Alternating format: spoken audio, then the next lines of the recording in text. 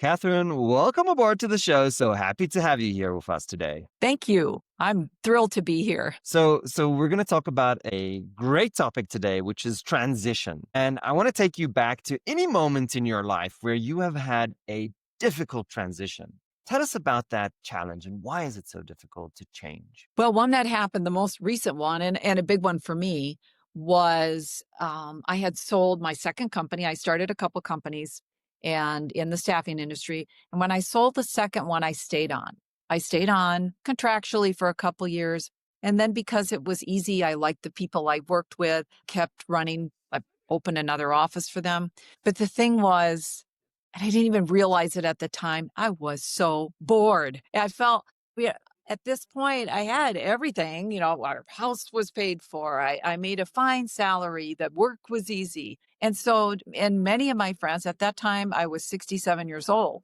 And people are like, aren't you going to retire? But no, none of that.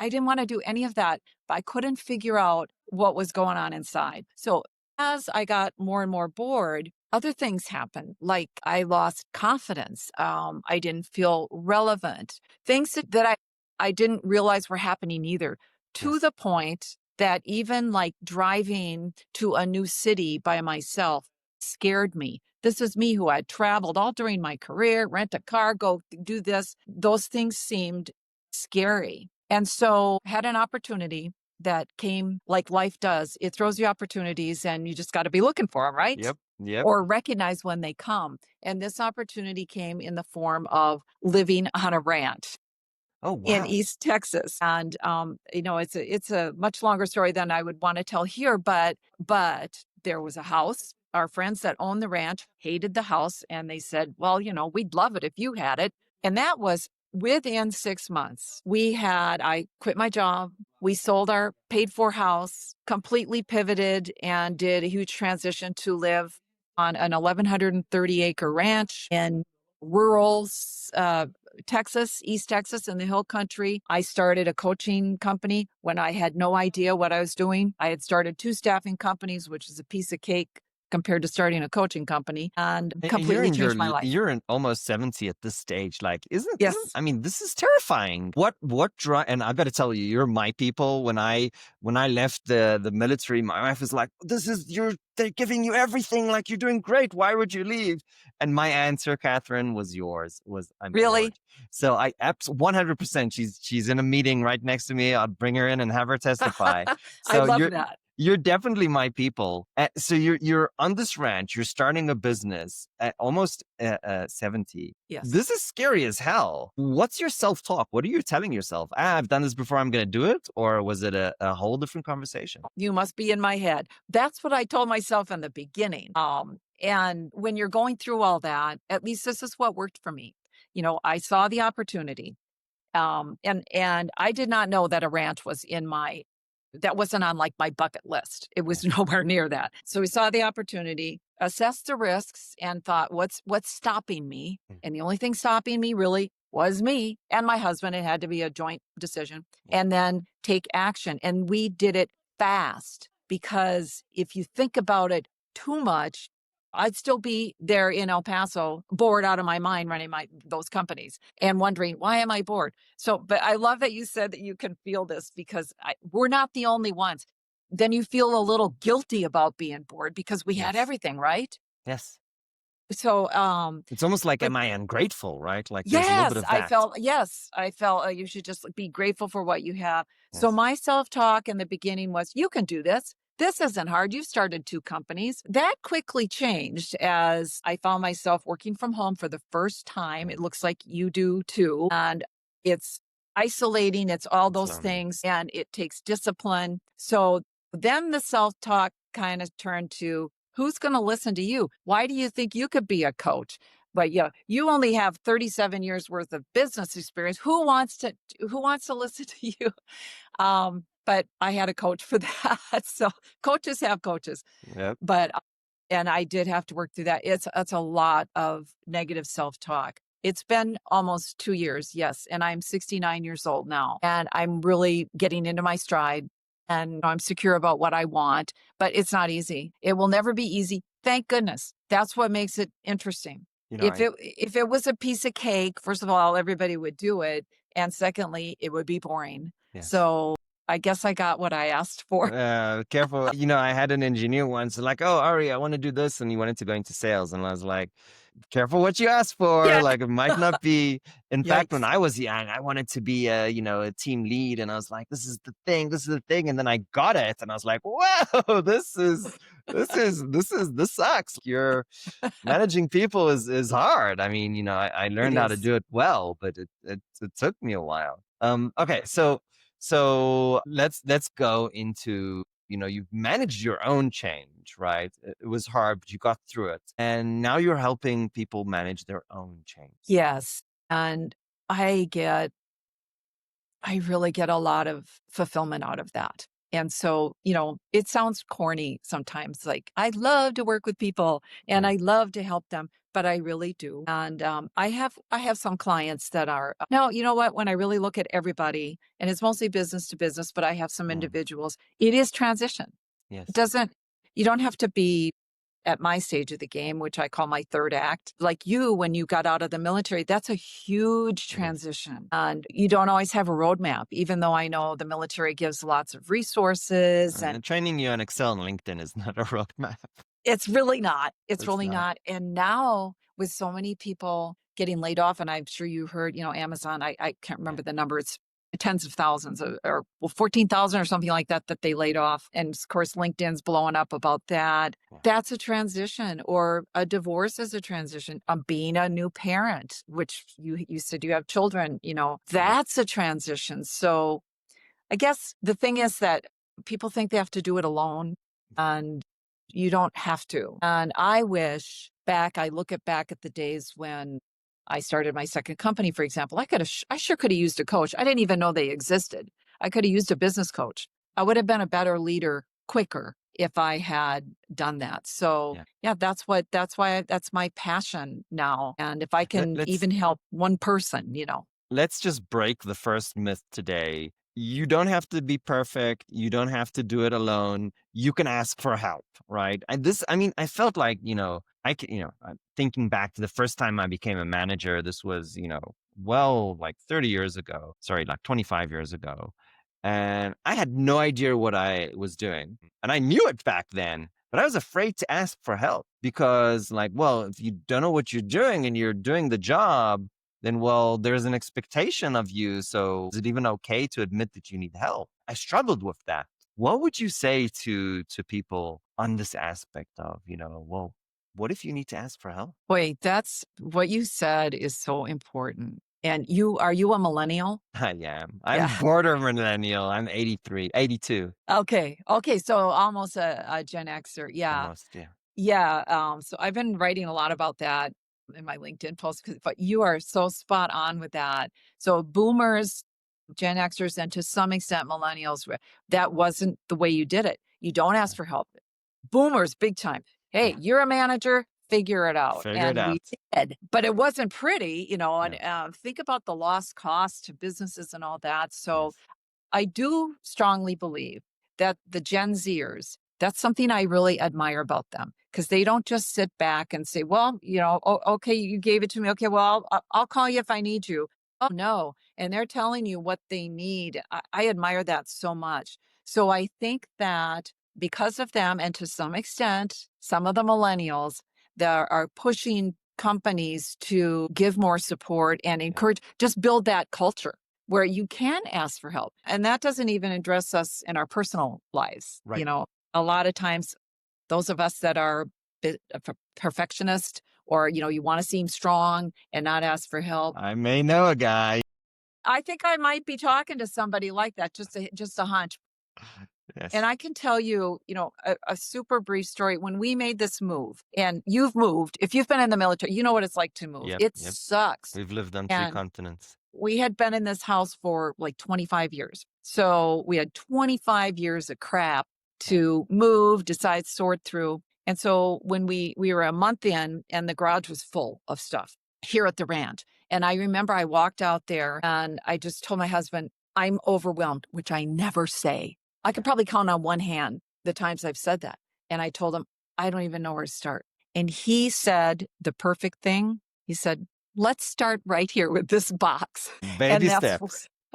baby steps. What is that expression? How do you eat an elephant one Yep. bite at a time? But But I say that to illustrate that I mean, it is a generational thing to not ask for yeah, help. Now, sometimes yeah. I think the younger generations ask for too much help. It's like, Yeah, okay. figure it out, but Let's talk about that for a moment. On the one hand, and I think, we have this almost conflict, right? On the one hand, yes, we want you to figure shit out. I say that to my children at least once a week because I want them to not be dependent on me. I want them to build the skills, not just to have a certain skill, but to know how to build new skills and to figure shit out. exactly. But on the other hand, we also want them to be able to talk to us if we're managers or parents or whatever and say, look, here's the 3 ways that I think to figure it out. And what do you think? What would be the pros and cons? But we don't want them to come to us with stupid things where like it's obvious what the answer is just to like relegate or delegate responsibility to somebody else or some other time. Like, so there's a fine line. How do you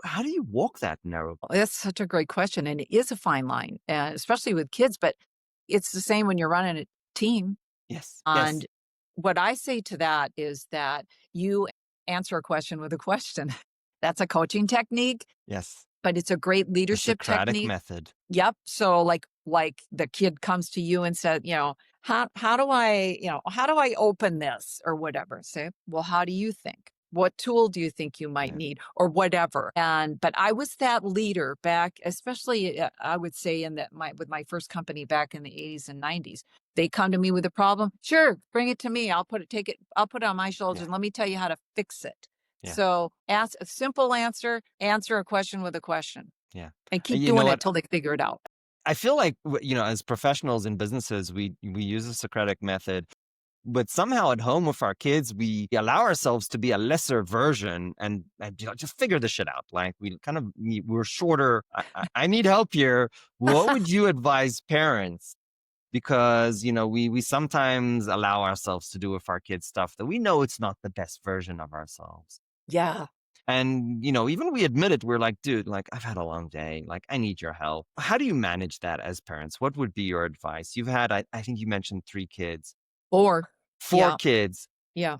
That's one too many for me. What's your kind of advice from, looking backwards? Looking backwards, it's so easy to do. I mean, now I have a boatload of grandkids, so I'm trying it on them. And that is to force yourself to be present because, I Mm, mean, look, I know, and the kids were, especially, I had 4 teenagers at one time. So, when they come to you, and first of all, you might just answer, just give it to me, I'll do it because it's easier. yeah. But, Yeah. but if you're not present, so in other words, stop what you're doing. If I'm there, I'm cooking, at least I did this with the grandkids, look at them and listen. So Yeah. that gives you a second to tamp down that impatience and if you truly don't have time, say, I don't have time now, give me 5 minutes and then we'll get back to it. But if you can't be really present, that's when our not so great selves come out, in my experience. I have a confession. I feel like I didn't understand what being present and listening was for 40 years and I'm 43. So I feel like I'm maybe starting to figuring it out now when forced to teach it to my kids, ironically. But if there might be a whole bunch of people who are or were like me, what is the advice? What does it actually mean to be present? How do you actually build that skill, which sounds like an easy thing to do, but it really isn't? It's really hard. And in coaching, it's super important that you do that. And this is where it is a skill. You're right. And for me, first of all, it's the eye contact. If you're just on the phone and they're not in front of you, but it's about maintaining eye contact, getting rid of the distractions, even though you're in a very, very busy place, and listening, not saying anything, but really listening, watching their body language or listening Yes. to the tones. If you can do those 3 things, eye contact, get rid of the noise, and really listen. Yesterday, I went to a women's conference and as a coach, and I volunteered my time, and we were doing laser coaching for 20 minutes Yeah. in this huge room. There's 20 coaches right next to me. People are and I'm like, okay, this is a This is test to. challenging. But you know what? Because I have that skill now, I looked at the person in front of me. I didn't hear anything going on. And so, yeah, it's really hard. Practice it though, and you're going to be the listening part, you're going to be so amazed what you really hear. And the nonverbal cues are Yeah. equally as important. Absolutely. So here's what my son asked me, and it's like a naive question that a 6-year-old would ask, and it's like, "Daddy, what does it mean? You said I hear but don't listen. What does it mean to listen?" So I was like, "Well, that's a really good question." But I kind of figured it out, actually, ironically, through the process of doing this podcast. And I said, "Look, you have to quiet all your senses because Yes. he's hyperactive." So I was like, "You have to quiet your mind." He's like, "Well, Daddy, what does that mean?" So I said, "Well, you can't think about the next thing or about something else.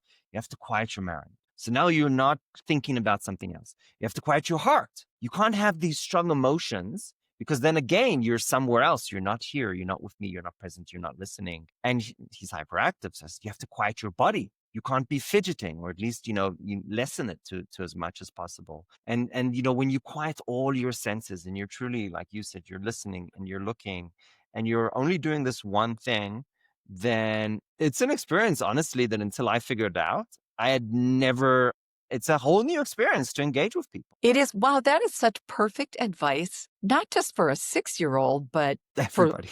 everybody. For the 42-year-old who figured it out last year.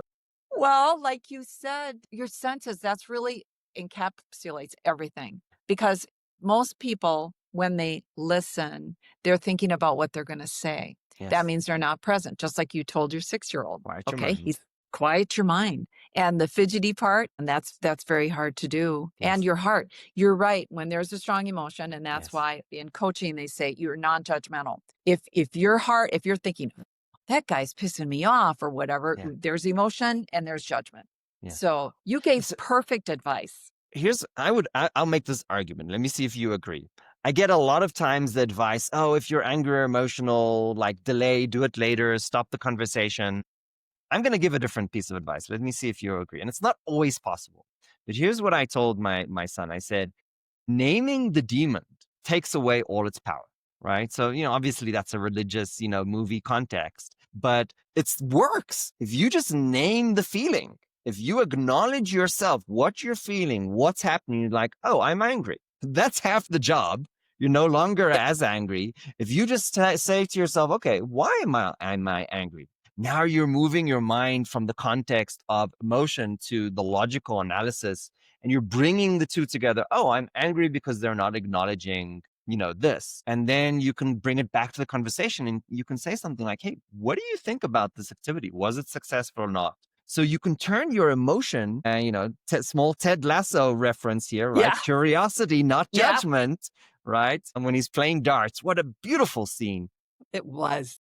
Turn your emotions into curiosity. I mean, seemed to me like magic compared to, oh, if you're emotional, just walk away, right? Or worse, stuff them down. I agree with Right. you, Ari. And I think more for children, as we get older, well, sometimes we just automatically stuff it down. But for a kid, that's absolutely when you name it, it takes away its power. It Yes, makes it less strong. So you're in, because you are in control of your emotions, whether you think you are or not. I mean, nobody else can control them except for you. that's right. So that's so wise. And I think you are a coach and you don't know it. Or maybe you are. You know what? I actually, the podcast is taught. I've spoken to over 200 people so far through the podcast, and I feel like this has been the journey of a lifetime. Just speaking to amazing people like yourself. What is the role of gratitude in between couples, in the workplace, with children? How does this fit in? Wow. I got to think about that is nobody has ever asked me that question before. What is the role? Well, it's communicating an emotion, first of all, just like you said. And I feel like expressing gratitude is validation Yes, too. So, like if I say, thank you so much for having me on this podcast, I learned a lot. I'm validating, your skill as a podcaster and your kindness and inviting me on. So I think I actually think it's underrated. yes, I think that people don't do it enough. And I know, so here's a real corny little thing that my family has been doing for decades is at Thanksgiving, before we eat, and we have all the food there.